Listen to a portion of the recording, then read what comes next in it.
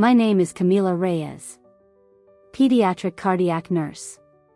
Former wife of Dr. Sebastian Reyes, world-renowned pediatric cardiologist, keynote speaker, Instagrams, #dadgoals, with 1.8 million followers, and the man who told me for 8 years that my womb was defective, while he was busy putting a baby in his 24-year-old research assistant, Delilah. I found out on a Tuesday. I had just come off a 36-hour shift saving a 6-month-old with hypoplastic left heart when I opened Sebastian's iPad to look up a dosage. It opened to an ultrasound photo dated 3 weeks earlier. 20 weeks 4 days.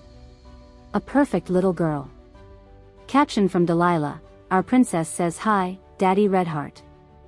I sat on the cold tile floor of the call room and felt every year of failed IVF, every negative pregnancy test, every time he told me maybe we should just accept God's plan, flash before my eyes.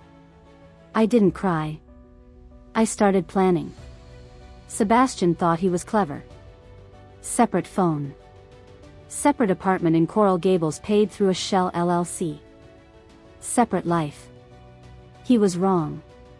I cloned his phone in 4 minutes using the hospital's spare Cerner workstation.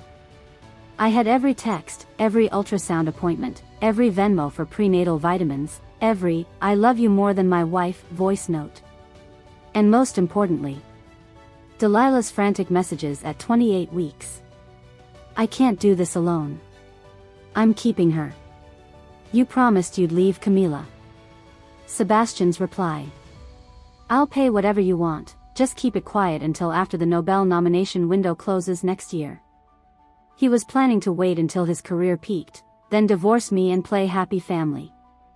I almost admired the sociopathy. Almost.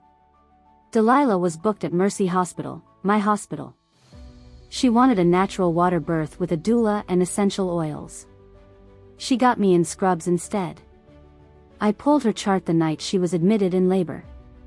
Unmarried. Father listed as unknown. Perfect. I waited until Sebastian was presenting at a conference in Vienna. I personally approved his leave request. At 2:14 a.m. Delilah delivered a 6 pounds 2 ounce girl with Sebastian's dark curls and my exact almond eyes. I was the nurse who caught her. I cut the cord. I wrapped her in the pink blanket I had knitted during every negative beta HCG test for the last 8 years. Delilah was high on Pitocin and panic. She signed the voluntary surrender papers at 4:07 a.m. thinking she was placing the baby with a private Christian agency. The agency was me. Florida law allows private adoption with attorney involvement and a 48-hour revocation window. I had the best adoption attorney in the state on retainer, paid in cash from Sebastian's secret offshore account I'd already drained. Delilah signed. Sebastian was still over the Atlantic when the judge signed the final order 46 hours later. The baby's new legal name. Sofia Camila Reyes. My daughter. Legally. Irrevocably. Sebastian came home to an empty house and divorce papers. I left one thing on the kitchen island. A paternity test. I swabbed the baby in the nursery, showing 99.9998% probability he was the father, and a proposed parenting plan demanding $6,200 per month in child support plus medical expenses retroactive to birth. He laughed when he read it. Called me delusional. Said there was no baby. I invited him to the courthouse for the emergency hearing. The judge, who owed me after I saved her granddaughter's life, looked at the DNA test, looked at Sebastian, and said, "Dr. Reyes, you will pay $6,200 per month starting today, or I will garnish your wages, freeze your accounts, and revoke your passport. Your choice." He paid. For 18 years that I raised her alone in the house he once called ours. Every milestone was documented and sent to his lawyer. First steps, video of her calling me mama. First word, mama. First day of kindergarten, photo of us in matching dresses. Every Christmas card, Sophia on my lap, never him. He saw her exactly 6 supervised hours per year, court-ordered. She called him, the man who sends the checks.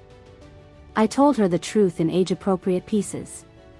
When she was 5, your daddy wasn't ready to be a daddy, so I adopted you. When she was 10, he chose his job over you. When she was 15, the full story, with receipts. She never asked to see him again. Sebastian had remarried, some 28-year-old influencer, of course. No other children. Karma is poetic. On Sophia's 18th birthday I rented the ballroom at the Fontainebleau. 500 guests. Ice sculptures. String quartet. Sebastian was not invited. At 8 p.m. sharp the lights dimmed and a video began. Baby Sophia in the hospital bassinet. Me holding her seconds after birth. Every birthday candle, every Christmas morning, every graduation photo. Ending with Sophia, now stunning at 18, blowing out candles while the entire room sang. Then the final slide. To the man who paid $1,339,200 to never know his daughter. Thank you for the college fund. Love. Sofia Camila Reyes. And the only mother she's ever known. The room erupted. Sebastian saw the video on Instagram Live, someone tagged him. He called screaming. I let it ring. Sophia is 22 now. Pre-med at Stanford. Wants to be a pediatric cardiologist, wants to save the hearts her father broke. Sebastian's medical license was suspended last year after it came out he'd been prescribing Delilah opioids during the pregnancy. Delilah OD'd 2 years ago.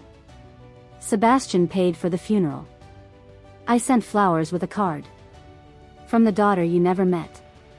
I still get the occasional text from him begging to meet Sophia, now that she's an adult. I forward them to her. She blocks the number every time. Some debts aren't paid in money. Some are paid in the sound of a little girl calling another woman, mommy, for 18 perfect years.